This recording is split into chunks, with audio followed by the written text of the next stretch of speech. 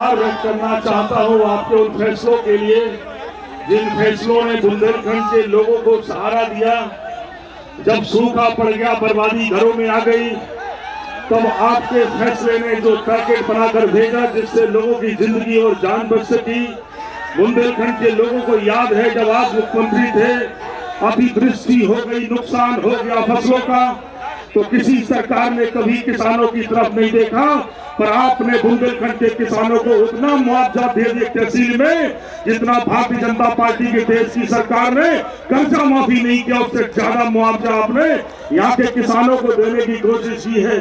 मैं आपका अभिनंदन करना चाहता हूँ उस फैसले के लिए जिस फैसलों ने बुंदेलखंड के गरीब परिवारों किसानों के बेटों को लैपटॉप देकर उन्हें आगे बढ़ने का रास्ता दिया। मैं अपनी माताओं बहनों की तरफ से भी आपका अभिनंदन करना चाहता हूँ कि गांव के गरीबों के मन से ये उम्मीद आपने हटाई, ये भ्रम हटाया कि तुम्हारी बेटी पराया धन है। आपने उनकी फीस माफी वजीफा दे दिया और हजारों किसानों की बेटियों को 1200 करोड़ रुपए किसानों की बेटियों को हाथ में पहुंचाने का प्रबंध किया। इसके लिए आपका अभिनंदन करना चाहता हूँ। मैं अभिनंदन करना चाहता हूँ आपके उस फैसलों के लिए। यहाँ की जमीन में कोई कमी नहीं है, ये जमीन पथरीली है लेकिन पत्थरों में हीरे पाए जाते हैं। ये साबित किया है बुंदेलखंड की धरा ने। हमारे बीच में मैया ध्यानचंद जैसा खिलाड़ी पैदा हुआ, झांसी की रानी का इतिहास अनोखा है, लेकिन हमारी जमीन पानी की वजह से परेशान थी। 125 साल के बाद आपने बुंदेलखंड की लोगों की मांग को रखा और एनएच पे बांध बनाने का बड़ा फैसला लिया और 80% बांध बना पड़ा है। आपकी सरकार चली गई, आज बांध का काम बंद पड़ा है, लाखों लोगों की तरक्की रुकी है। ये लोग एहसान फरामोश नहीं है, हमारी भागीदारी कम थी पर कोई भी मुसीबत आई आपके फैसले बड़े थे। लोगों ने कहा कि अखिलेश यादव की उम्र कम थी, लेकिन फैसले इतने बड़े किए आपने गरीबों के हक में कि बड़े बड़े नेता बौने हो गए हिंदुस्तान और देश की राजनीति करने वाले। आज ये लोग ये उम्मीद लेकर इस सभा में उपस्थित हमारे सभी बुजुर्ग, हमारे किसान भाई, मजदूर, नौजवान साथी, माताएं बहनें और पत्रकार बंधुओं, मैं सबसे पहले इस सभा में उपस्थित हमारे सभी आदरणीय बुजुर्गों का और उपस्थित सभी किसान भाई, नौजवान साथियों का बहुत बहुत धन्यवाद और आभार प्रकट करना चाहता हूं। मैं जहां खड़ा हूं, जहां पर ये हमारा रथ खड़ा है, रथ के पीछे मंच पर लोग हैं, पूरा मैदान हमें भरा दिखाई दे रहा है। मैदान में कहीं जगह नहीं है, लोग छतों में खड़े दिखाई दे रहे हैं मुझे, लोग अभी भी दरवाजे से आ रहे हैं। ये जो जन समर्थन दिखाई दे रहा है, ये जो जन समर्थन दिखाई दे रहा है, ये बता रहा है कि 22 में बदलाव होके रहेगा।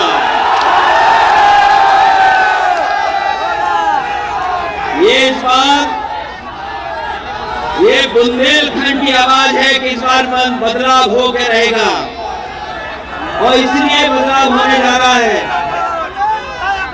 कि इतनी दुख, तकलीफ, परेशानी और किसानों के ऊपर संकट किसी ने पैदा नहीं किया होगा जितना भारतीय जनता पार्टी की सरकार ने पैदा किया है। आज हमारा किसान दुखी है। जो कहते थे कि किसानों की आय दोगुनी करेंगे, जो कहते थे कि किसानों की आय दोगुनी होगी, आज किसानों की आय दोगुनी नहीं हुई, उनकी आमदनी आधी हो गई। और अगर महंगाई का हिसाब किताब लगाओगे तो आधी तो रह गई हमारी आमदनी और महंगाई हो गई दोगुनी। बताओ कैसे किसान खुशहाल होगा? और ये भारतीय जनता पार्टी के लोग जो हमारे किसानों को लाइन में खड़ा कर रहे हैं, अगर खाद लेने जा रहे होगे तो बताओ लाइन में लगना पड़ रहा है कि नहीं लगना पड़ रहा है? और याद करो वो समय जिस समय नोटबंदी हुई थी, आपको हमको सबको लाइन में लगना पड़ा था कि नहीं लगना पड़ा था? अभी बीमारी आई, वैश्विक महामारी जो आई, उसमें आपको हमको सबको दवाई के लिए, बिस्तर के लिए और ऑक्सीजन के लिए लाइन में लगना पड़ा कि नहीं लगना पड़ा? इसलिए न केवल बुंदेलखंड की जनता ने मन बनाया है, बल्कि उत्तर प्रदेश की जनता ने मन बनाया है कि एक एक लोग लाइन में लग करके भारतीय जनता पार्टी का सफाया करने का काम करेंगे। बताओ सफाया होगा कि नहीं होगा?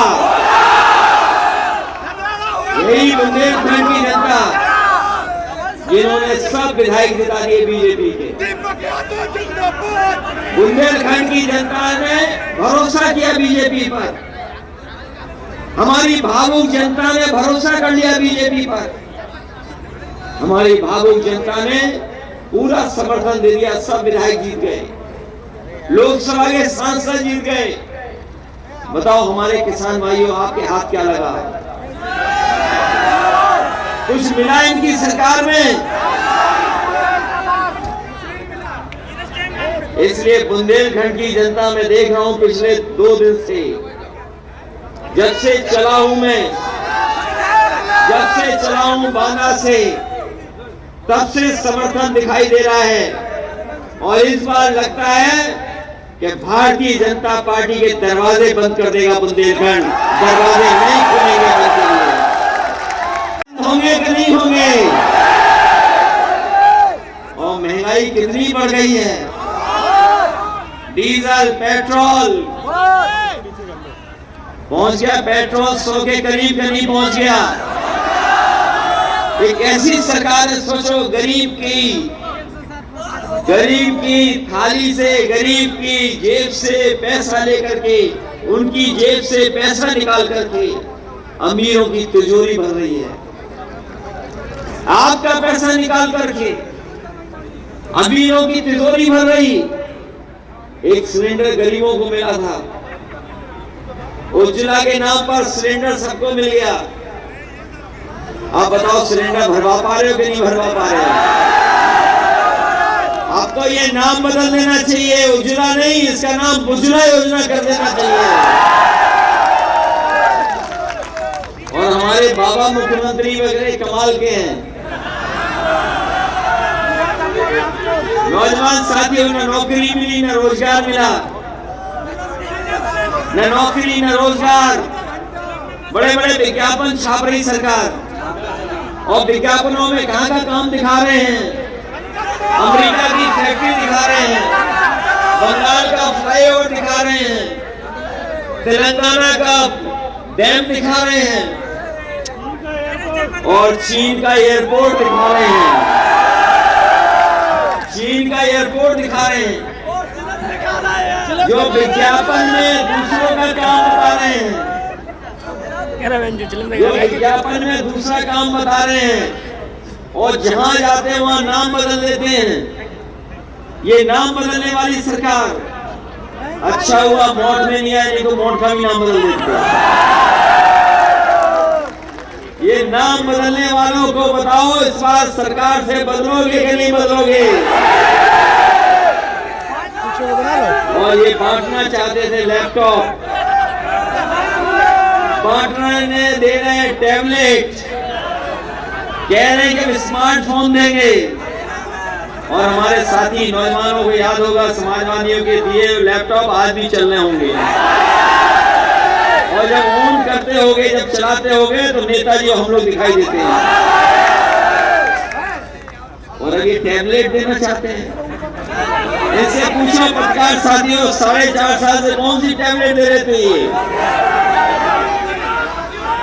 ये बाबा मुख्यमंत्री लैपटॉप इसलिए नहीं दे रहे क्योंकि वो लैपटॉप खुद चलाना नहीं जानते। ये रंग बदलने वाले लोग। इसलिए हम आपसे पूछना चाहते हैं, आप योगी सरकार चाहते हो कि योगी सरकार चाहते हो? इसलिए इस बार मन बनाइए पक्का, सरकार बनने जा रही है। और हम सरकार इसलिए बनाना चाहते हैं क्योंकि किसानों की मदद करनी है, गरीबों की मदद करनी है। और हम आपको भरोसा दिला के जा रहे हैं। मुझे याद है एरस डैम की, जिस समय ये विधायक थे, इन्होंने कहा कि एरस डैम बनना चाहिए।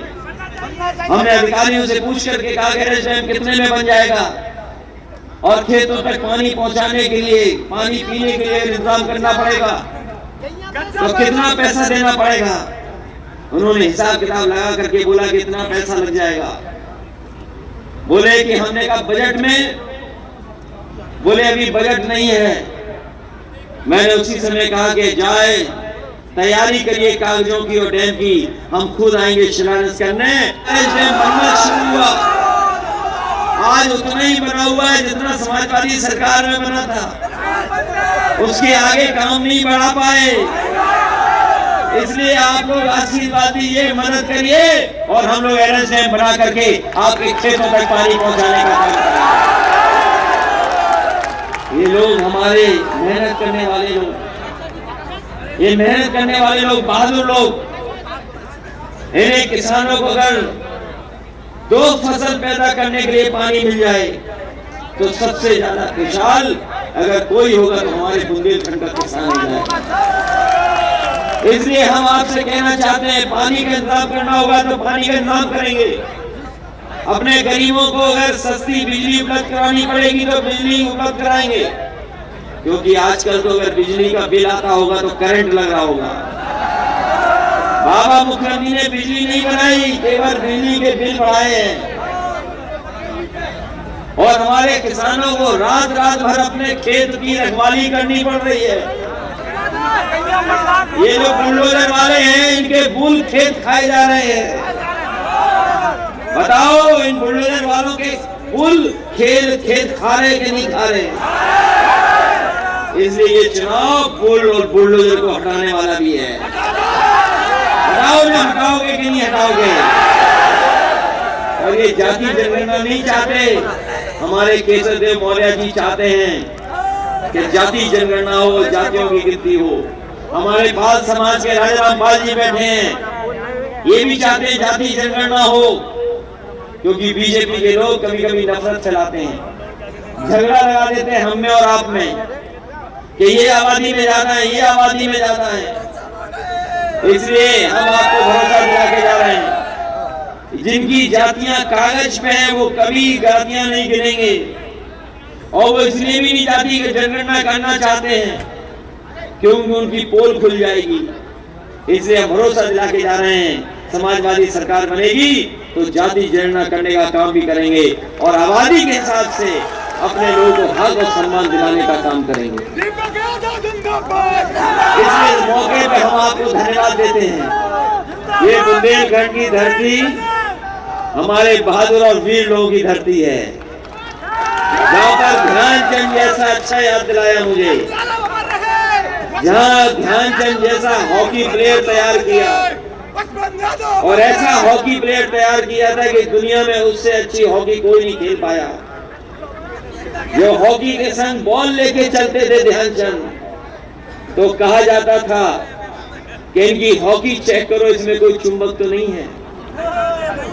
और जब हॉकी से अपनी बॉल को आगे बढ़ाते थे, प्लेयरों को काट करके आगे ले जाते थे, तो जापान से लेकर के वहां के खिलाड़ी, दुनिया के दूसरे हिस्से के खिलाड़ी कहते थे हॉकी में शायद गोंद लगा है जिसमें बॉल चिपका के ले जा रहे हैं। सोचो, बुंदेलखंड की धरती ने ऐसा खिलाड़ी दिया हो जिसने अमेरिका को न जाने कितने गोलों से हराया हो। अगर पुराना इतिहास उठा करके देखोगे, जिस समय ध्यानचंद की हॉकी से अमेरिका की टीम के खिलाफ गोल हुए, उसी दिन अमेरिका भूल गया हॉकी खेलना, उसके बाद हॉकी नहीं खेला कभी।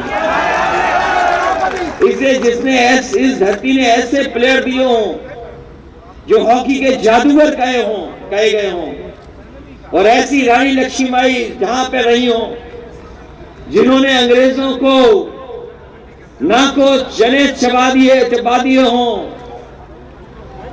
और अभी आपने देखा होगा जैसे अंग्रेजों ने कभी जलियांवाले बाग में आगे से गोली चलाई थी, लोगों की जान ली थी, भारतीय जनता पार्टी के लोगों ने पीछे से जीप चला करके किसानों की हत्या की।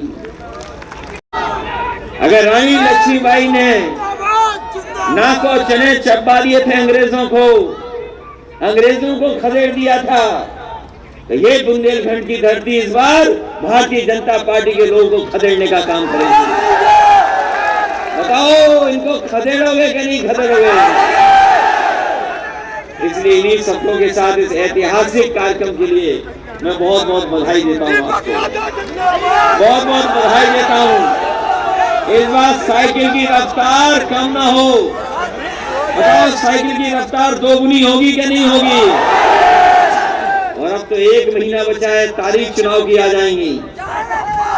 इसलिए न केवल आप बल्कि आसपास हर जगह समाजवादियों की मदद करना। आज हर दल आपकी मदद करना चाहता है, चाहे राजा रामपाल जी हों। ये जब से आए हैं, पाल समाज पूरी तरीके से समाजवादी पार्टी के साथ खड़ा हो गया है। पाल और गोपाल तो हो ही गए, कोई झगड़ा बड़ा नहीं है। झगड़ा केवल इतना है, एक के पास बड़े जानवर, एक के पास छोटे जानवर। इसलिए जब पाल समाज हमारे साथ आ गया, महान दल के केशव देव मौर्य जी आ गए। वो नकली मौर्य हैं, वो नकली हैं जिन्हें आजकल भगवान याद आ रहे हैं।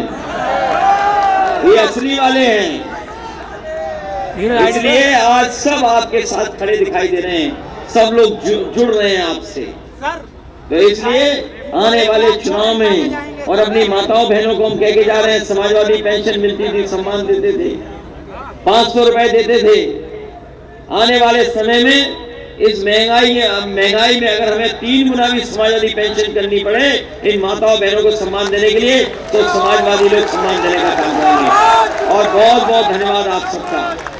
ये ऐतिहासिक सभा बता रही है कि इस बार भारतीय जनता पार्टी की सरकार ऐतिहासिक हार हारेगी।